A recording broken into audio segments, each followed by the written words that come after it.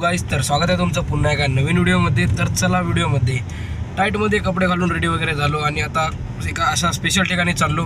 तर चला video enjoy करा आणि व्हिडिओ जर पसंत आला तर चॅनलला सबस्क्राईब करा आणि तुमच्या भावाला सपोर्ट करा. रोहित दादा पण कडकमध्ये गाडी वगैरे चालू होता आणि मी पण गाणे ऐकत होतो रोहित दादाच्या गाडीमध्ये.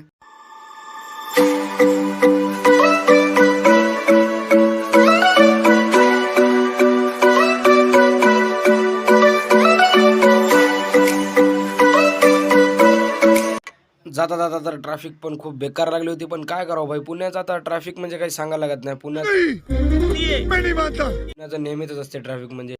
मग वरतून तेवढा तर बघू शकता विमान वगैरे चाललं होतं, ब्लर दिसत होतं विमान, पण काय करावं व्हिडिओ शूट केला आणि मग राहुल दादाला पिक केला आणि निघालो पुढे जाण्यासाठी. राहुल दादा पण म्हणत होता हे काय करायला. मग तेवढंच आम्ही नाश्ता वगैरे केला आणि चहा पण वगैरे पिऊन घ्यावं म्हटलं. मी नाश्ता केला होता, यांनी तर चहाच पित होते कारण की भूक पण लागली होती आणि सकाळपासून काही खाल्लं नव्हतं. मग यांनी एका फेमस हॉटेलमध्ये थांबवलं. हॉटेलचं नाव होतं राजपूत. एक खूप जुनं हॉटेल आहे आणि खूप फेमस हॉटेल आहे, त्यामुळे इथं जेवण वगैरे करून घेतलं. आणि मी तर हे कधी खाल्लं नव्हतं कारण की गावठी माणूस, आम्हाला काय याच्याबद्दल काय तेवढं माहीत पण नाही, त्यामुळं आम्ही तर दाल रोटी बोलवली होती आणि खाऊन घेतले बाई. जेवण वगैरे करून कडकमध्ये निघालो. बघू शकता रोहित दादा पण म्हणत होता भाई खूप सपोर्टिव्ह माणसं आहे. यांनी मला म्हणत होते ब्लॉग बनव, यांनीच खूप सपोर्ट करत होते भाई. असा सपोर्ट जर राहिला ना तर कोणा गोष्टीची कमी नसते. सपोर्टिव्ह माणसं भेटले ना तर लाईफमध्ये काही ना काही आपलं अचिव्हमेंट केल्यासारखं वाटते. मग आम्ही तेवढ्यातच रोहित दादाच्या कारच्या चक्क्यामध्ये वगैरे मारायला लागलं कारण की तिथं आम्हाला कुठंच मशीन भेटत नव्हती. जेव्हा आम्ही पुण्यामध्ये निघलो होतो तेव्हाच रोहित दादा म्हणत होता की आपल्या पुढच्या टायरमध्ये हवा कमी आहे. मग आम्ही हवा वगैरे मारायसाठी निघालो आणि राहुल दादा पण हवा मारायला ट्राय करत होता, पण यातल्या या मशीनीचं आम्हाला तेवढं काही समजत नव्हतं. चला जाऊ द्या म्हणलं, पुढं कुठंतरी हवा मारून बघावं म्हणलं. त्यांनी परेशान होते, चालू करू पण चालू होतच नव्हतं.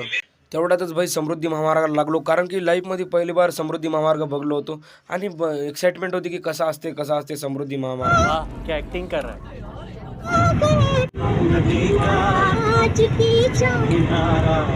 मग भाई टनलच्या खालून वगैरे चाललो होतो भाई, खूप भारी वाटत होतं कारण की समृद्धी महामार्ग खूप खतरनाक आहे भाई. यवतमाळच्या जवळजवळ आल्या आमचा टायर भाई पंक्चर झाला. खूप दुःखद घटना झाली कारण की आम्ही रातभर प्रवास केला होता, एक तर पुण्यावरनं पण लेट निघलो होतो आणि इकडं यवतमाळच्या जवळ आल्या आमचा टायर पंक्चर झाला. मग स्टेपनी पण लागत नव्हती बाई, काय करावं, टायर तर पूर्ण चिरला होता. मग मेहरदादाच्या गाडीमधून आम्ही स्टेपनी वगैरे घेतली त्यांच्या गाडीची आणि स्टेपनी वगैरे वर चढवली. तुम्ही बघू शकता यांनी रात्री पण खूप मजा करत होते. यांना कुठं पण मजा सुचते बाई. फ्री माणसं आहे, आता काय बोलू यांच्याबद्दल. खूप भारी माणसं आहे, यांच्यासोबत खूप भारी वाटते मला राहून तर. आणि यांच्यासोबत खूप गमते पण कारण की यांनी खूप प्रत्येक क्षण यांनी एन्जॉय करतात. गाडीचा टायर पंक्चर झाला होता तरीसुद्धा आम्हाला 20 ते 25 किलोमीटर प्रवास करावा लागत होता. मग 20 ते 25 किलोमीटर प्रवास केला आणि आलो जिथं आमचं म्हणजे राहण्याची व्यवस्था केली होती. राहुल दादा पण रातभर झोपला नव्हता, त्याचे पण डोळे खूप सुजले होते बाई. आता जावं म्हणलं अंदर. तुम्ही बघू शकता लॉजची स्टार्टिंग कशी होती. मग आम्ही आमच्या दोन्ही गाड्या पार्क वगैरे केल्या आणि रूम तर माहीत नव्हती मला कुठं आहे, त्यामुळे विचारपूस करून घ्यावं म्हणलं. आणि रोहित दादाची पण गाडी कडकमध्ये एंट्री घेतली आणि दोन्ही गाड्याची कडकमध्ये एंट्री झाली.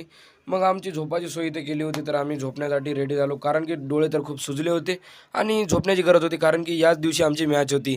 मग माहीत पण नव्हतं मॅच कोणत्या दिवशी होती, तर मॅचचा थोडं टाईम टेबल वगैरे माहीत करून घेतला. मग झोप वगैरे घ्यावं म्हटलं आणि बघू आता किती घंट्यात झोप होते, तर काय करावं आता.